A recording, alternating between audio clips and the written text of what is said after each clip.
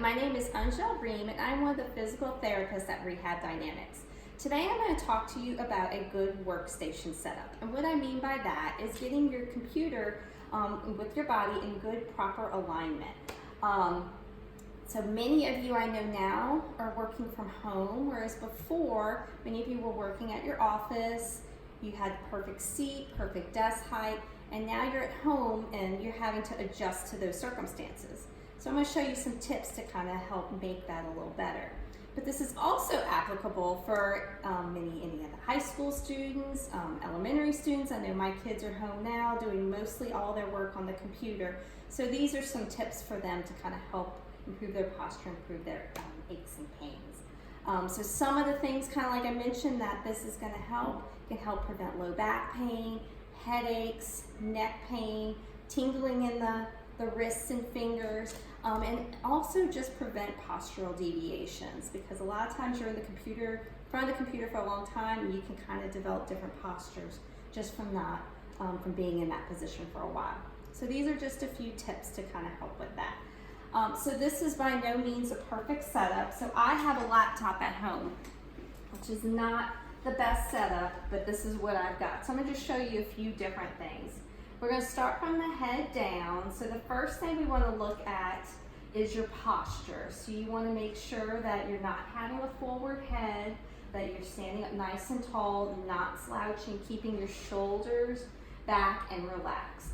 So your monitor, you optimally want at just above or below eye level. So this is a little bit low for me, but this is what I've got with my laptop. Now if I didn't have a laptop, I would probably, or if I had a laptop with a portable keyboard, I would put the laptop up. I could either use books, or if you had a monitor, you could raise it and then put my keyboard in front like that, which would be a better eye level for me.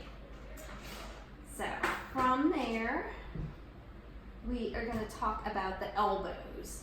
So the elbows optimally, like I said, you want at about 90 degrees. So I probably have to raise myself up a little bit in this chair to get myself up at about 90 degrees, or have a little lower table here. But optimally you want them at 90 degrees and close to your body.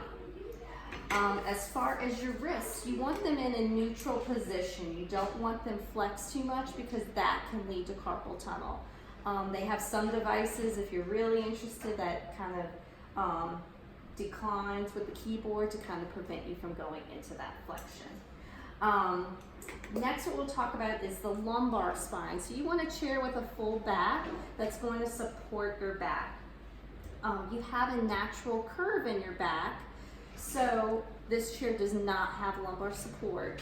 So what you can do is just take a towel, put it behind you, and create a little natural support there for that. Feels good. Next is the knees and hips. So you want your thighs parallel to the ground, and you want a little bit of space between your knee and the back of the chair. As far as the feet, if anyone knows me, I'm not very tall, so I need a stool to keep my feet flat. Because if I don't do that and I take the stool out, my tendency is to kind of slide down to get my feet flat on the ground.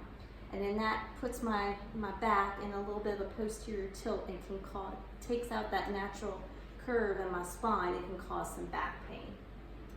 So the stool is really helpful for me. So that's pretty much head to toe different tips to kind of help make your workstation a little bit better. The one thing I would recommend is just to make sure you take breaks from what you're doing. Give your eyes a break. Get up, walk around, move. In the next few videos, I'm going to show different stretches to kind of help counteract from sitting a while, different joints that need to be stretched to kind of help prevent any aches or pains or postural deviations. Thanks for watching, and if you have any questions, you can contact us at Rehab Dynamics. Thank you.